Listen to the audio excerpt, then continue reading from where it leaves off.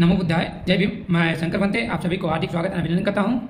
मैंने परसों एक वीडियो डाला था तथागत गौतम बुद्ध की कि मृत्यु के उपरांत क्या होता है। आप सभी उपासक उपासिका और हमारे सभी लोगों ने जो सहयोग दान दिया उसके लिए आप सभी का मंगल और सबका कल्याण हो। इसी प्रकार अपना दान अपना सहयोग देते रहिए और द धम्मा बुद्धिज्म मेरे यूट्यूब चैनल को सब्सक्राइब करिए। अगर आप चैनल पर नया हैं तो वीडियो को ज़्यादा शेयर करें ताकि और भी लोग हमारे साथ जुड़ सके। आज जो टॉपिक हमारा है वो है तथागत गौतम बुद्ध कहते हैं कि सबका हित करो। तथागत गौतम बुद्ध कहते हैं कि सबका हित करो। तो अपनी टॉपिक की ओर चलते हैं। एक बार की बात है, एक व्यक्ति तथागत गौतम बुद्ध के पास पहुंचता है और वह व्यक्ति बहुत अधिक तनाव में था। अनेक प्रश्न उसके दिमाग में घूम घूम कर उसे परेशान कर रहा था। जैसे आत्मा क्या होता है, आत्मा क्या होता है, आदमी मृत्यु के बाद कहाँ जाता है, सृष्टि का निर्माता कौन है, स्वर्ग और नरक की अवधारणा कहाँ तक सच है, ईश्वर है या नहीं है, ईश्वर है या नहीं है। इन प्रश्न को उत्तर नहीं मिल रहा था।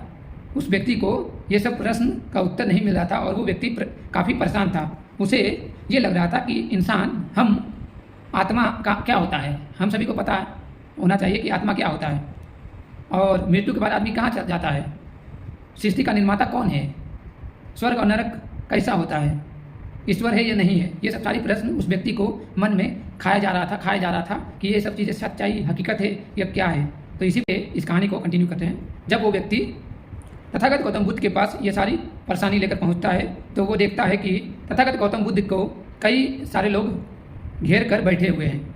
मतलब कि तथागत गौतम बुद्ध के पास काफ़ी सारे लोग उनके चारों तरफ बैठे हुए हैं और तथागत गौतम बुद्ध उन सभी का प्रश्न को, जिज्ञासाओं को, सब व्यक्ति की समस्या सुन रहे थे और उस समस्या का समाधान बता रहे थे, समझा रहे थे ध्यानपूर्वक और संतुष्टि के साथ।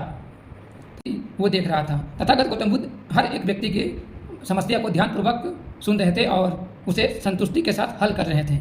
ये देखकर वो व्यक्ति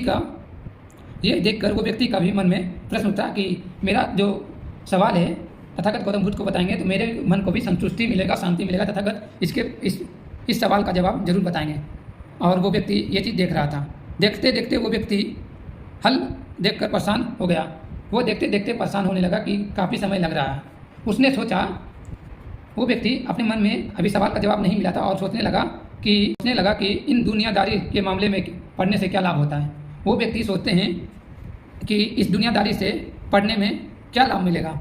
हम सभी या लोग सोचते हैं कि चलो किसी के मामले में टांग अड़ाते हैं, टांग अड़ाने से फ़ायदा मिलेगा, या किसी को बुराई करें, मगर ये सब चीज़ें नहीं करना चाहिए। क्या फ़ायदा है, किसी को अच्छाई करिए, बुराई नहीं। इस पर भी वीडियो मैंने आप सभी को बनाकर अपने चैनल पे डाल दिया है। तथा हमेशा सच्चाई के मार्ग पे चलिए, अहिंसा और सत्य के मार्ग पे चलिए, खुद पे मेहनत करिए, जो भी कार्य करिए ध्यानपूर्वक करिए। किसी को जाने बिना उसे टोकना नहीं चाहिए, अनजान बिना उसे बुरा नहीं करना चाहिए। पता नहीं कि वो इंसान अच्छा ही हो। तो आगे चलते हैं। और सोचता है कि मैं इस दुनियादारी से क्या मतलब, मैं खुद भजन करूं, भक्त करूं और मैं अपनी दुनिया में ही खोया रहूं, इन लोगों के साथ रहकर क्या करें। किंतु तथागत गौतम बुद्ध के व्यवहार देखकर तो ऐसा लग रहा था कि मान लो इन लोगों को दुख उनके अपना दुख है।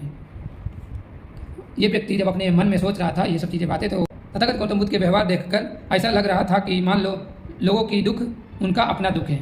वो व्यक्ति देखा कि तथागत गौतम बुद्ध इस प्रकार लोगों की समस्या सुन रहे थे और उन्हें ध्यानपूर्वक सुन रहे थे और उनकी बातों को, समस्या को हल कर रहे, संतुष्टि दे रहा था कि मान लो कि उनका खुद का दुख है।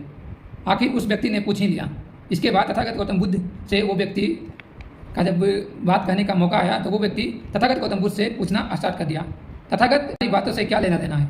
वो व्यक्ति तथागत गौतम बुद्ध से कहता है कि तथागत आपको इन संसारिक बातों से क्या लेना देना है, ये सब बातें से आपको क्या लेना देना, आप लोगों की समस्या क्यों सुन रहे हैं और उन्हें ध्यानपूर्वक क्यों संतुष्टता दे रहे हैं, ध्यानपूर्वक समझ के समस्या के हल क्यों कर रहे हैं, आपको इससे क्या मतलब है। वो व्यक्ति तथागत गौतम बुद्ध से ये चीज़ें कहता है। तब तथागत गौतम बुद्ध कहते हैं, मैं ज्ञानी नहीं हूँ और ना ही इंसान हूँ। तथागत गौतम बुद्ध आगे कहते हैं, वैसे भी वह ज्ञान किस काम का जो इतना घमंडी और आत्मक्रोधित हो कि अपने अतिरिक्त दूसरे को चिंता ही ना कर सके। तथागत गौतम बुद्ध कहते हैं कि मैं ना ही तो मैं ज्ञानी हूँ और ना ही मैं इंसान हूँ। वैसे भी वह ज्ञान किस काम का जो इतना घमंडी और अत्यंत क्रोधित हो कि वह अपने अतिरिक्त दूसरे को चिंता ही ना करे।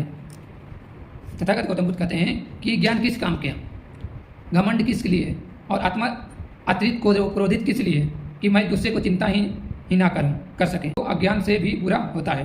तथागत गौतम बुद्ध कहते हैं कि ऐसा ज्ञान तो अज्ञान से भी बुरा होता है। अगर हम लोगों के दुख ना सुने, दुख ना समझे, तो ज्ञान हमारे पास जो ज्ञान है, जो ज्ञान से हम लोगों को मदद कर सकते हैं, अपनी भावनाओं से समस्या सुनकर उस व्यक्ति को मदद कर सकते हैं, तो मदद की जगह पर हम उन्हें परेशान करें, पीड़ा दें, तो इस ऐसे ज्ञान का क्या फ़ायदा जब हम दूसरे के साथ शेयर ना करें। तो इसलिए अपना ज्ञान जरूर शेयर करना चाहिए लोगों के साथ, क्योंकि ज्ञान देने से ज्ञान बढ़ता है, ना कि ज्ञान बढ़ता है।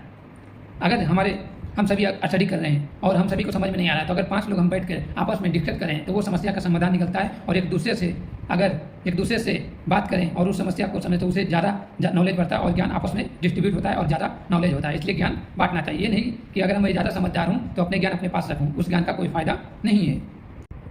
इसी पे तथागत गौतम बुद्ध कहते हैं कि उस ज्ञान का क्या फ़ायदा जो ज्ञान लोगों को समस्या और चिंता को ना समझे। ये बात तथागत गौतम बुद्ध की ये बात सुनकर उस व्यक्ति को जो उलझन था उससे दूर हो गया।